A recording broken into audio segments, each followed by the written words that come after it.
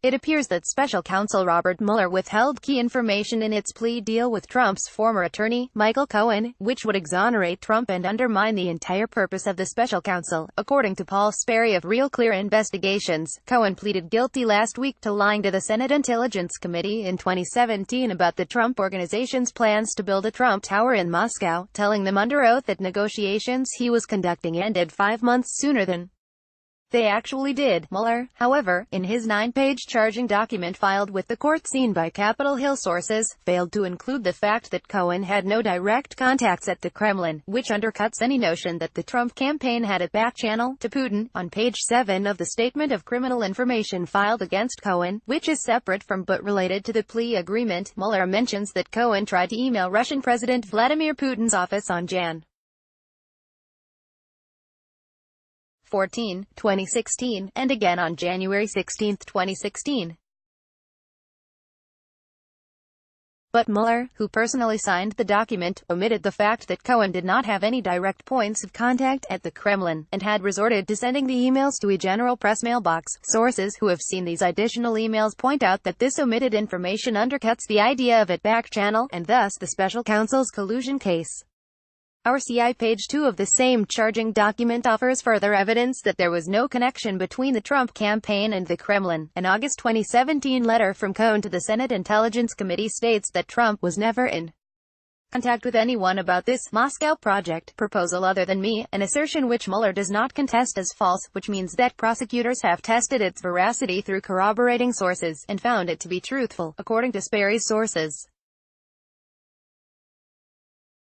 Also unchallenged by Mueller is Cohen's statement that he ultimately determined that the proposal was not feasible and never agreed to make a trip to Russia, though Cohen may have lied to Congress about the dates. 1. Hill investigator said, "It's clear from personal messages he sent in 2015 and 2016 that the Trump Organization did not have formal lines of communication set up with Putin's office or the Kremlin during the campaign.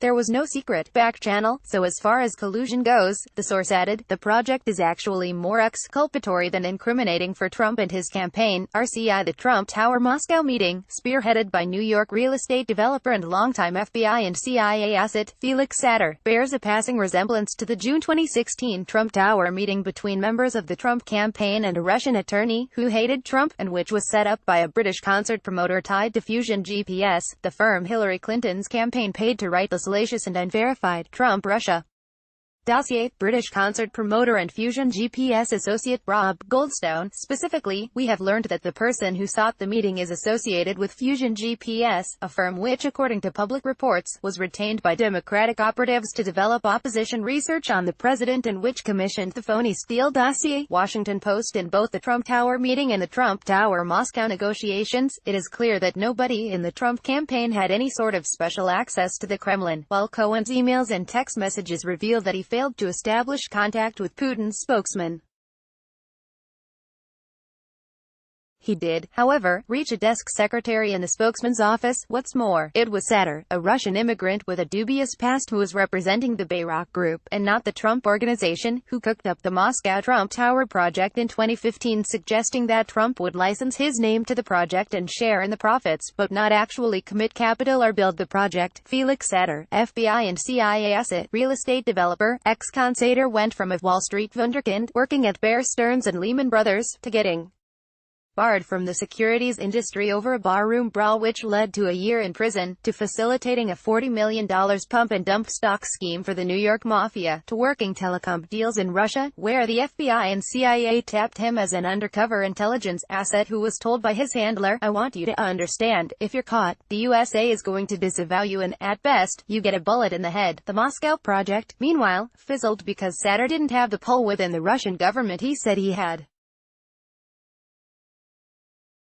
At best, Sater had a third-hand connection to Putin which never panned out. Sources say Sater, whom Cohen described as a salesman, testified to the House Intelligence Panel in late 2017 that his communications with Cohen about putting Trump and Putin on a stage for a ribbon-cutting for a Trump Tower in Moscow were mere puffery to try to promote the project and get it off the ground. Also, according to his still undisclosed testimony, Satter swore none of those communications involved taking any action to influence the 2016 presidential election. None of the emails and texts between Satter and Cohen mention Russian plans or efforts to hack Democrats' campaign emails or influence the election. RCI, as Tom Fitton of Judicial Watch noted of Mueller's strategy, Mueller seems desperate to confuse Americans by conflating the cancelled and legitimate Russia business venture with the Russia collusion theory he was actually hired to investigate, said Fitton. This is a transparent attempt to try to embarrass the president. The MSM took the ball and ran with it anyway. CNN, meanwhile, said that Cohen's charging documents suggest Trump had a working relationship with Putin, who had leverage over Trump due to the project. Well into the 2016 campaign, one of the president's closest associates was in touch with the Kremlin on this project, as we now know, and Michael Cohen says he was lying about it to protect the president, said CNN's Wolf Blitzer. Jeffrey Toobin, CNN's legal analyst, said the Cohen revelations were so enormous that Trump might not finish his term, while MSNBC pundits said that the court papers prove Trump secretly interacted with Putin's own office. Now we have evidence that there was direct communication between the Trump Organization and Putin's office on this. I mean, this is collusion, said Mother Jones's David Corn. Adam Schiff, the incoming Democratic chairman of the House Intelligence Committee, said Trump was dealing directly with Putin on real estate ventures, and Democrats will investigate whether Russians laundered money through the Trump Organization. RCI's Sperry of Real Clear Investigations points out, however, former federal prosecutor said Mueller's filing does not remotely incriminate the president in purported Russia collusion. It doesn't even imply he directed Cohen to lie to Congress. It doesn't implicate President Trump in any way, said former independent counsel Solomon L. Weisenberg. The reality is, this is a nothing burger.